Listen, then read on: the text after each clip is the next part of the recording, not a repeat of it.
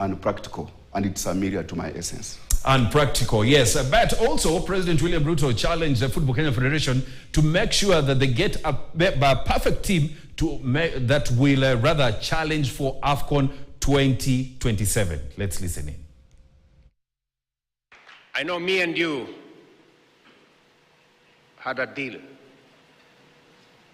Captain, you remember? We had a deal. And I was really, really looking forward to each and every one of you owning a home. It was really my prayer and wish. In fact, one friend of mine told me I was responsible for Harambee Stars' loss because I was absent at the field. And for a moment I thought maybe he was right. Maybe I should have been there in person and encourage these friends of mine to do their best. But I promise next time I will always be there so that we can do it together.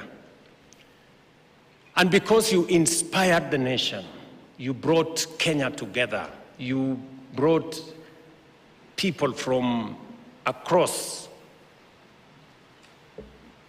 counties and disciplines and workplaces together. And you made us very proud as a nation. And because we were holding an continental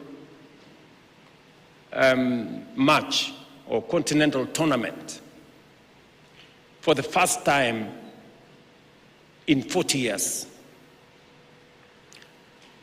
it is understandable that we may not have been as ready as we should.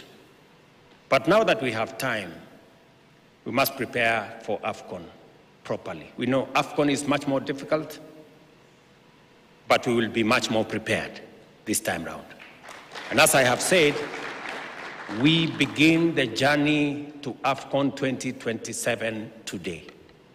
We prepare our teams from the bottom, from every village, from every corner of Kenya.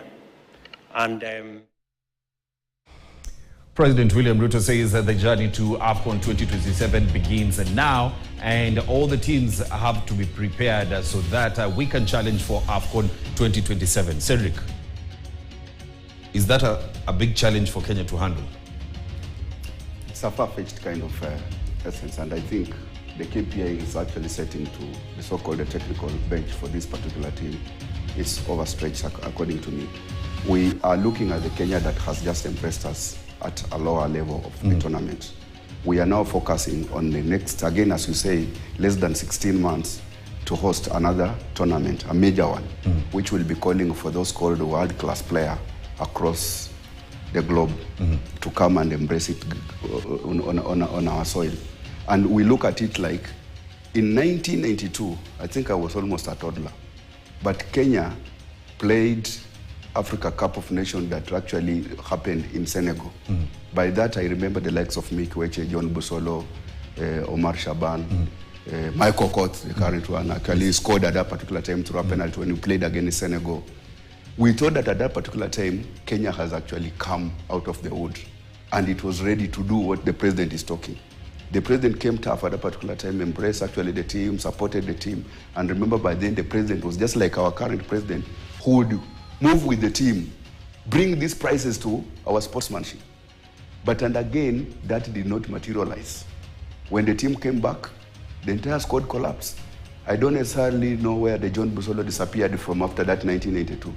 It's only Michael Coates who transited, and it's only happened that he was young by that particular time, he was going through the career, who lived actually in 1998. But the entire squad actually collapsed totally. So as we talk, he needs to be talking about the infrastructure. Even the money and everything that he's actually infrastructure is said 25 stadiums. The infrastructure that I'm talking about, talk about the development group stages, which does not take actually two years to be ready. You need to start investing into these teenagers. Developmental, the under 8, the under 15, and they grow through ranks. And also think of where they happen, those talent happen to land when they bring up the glimpse of being perfect enough. Send them outside the globe.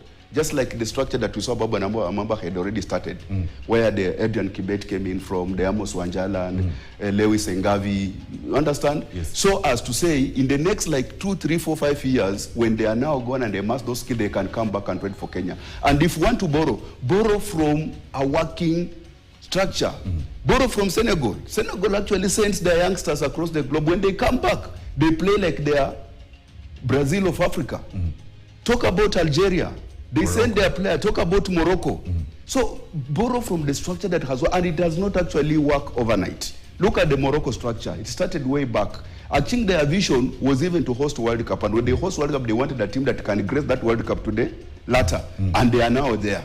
We saw what they did. And we saw what they did for us in the just previous World Cup, up to quarterfinals. They are ready.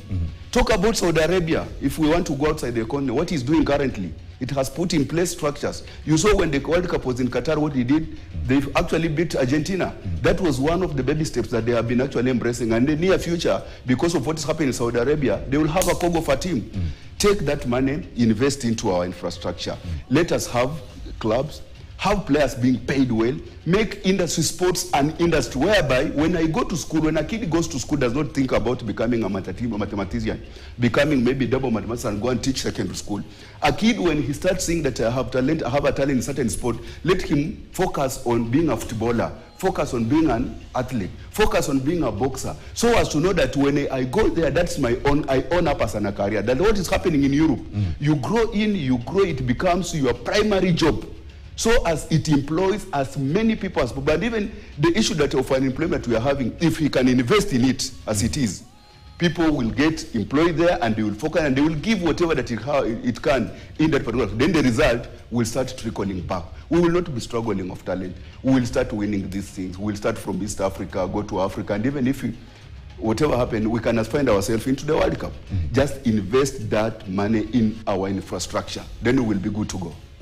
We'll be good to go. Now, well,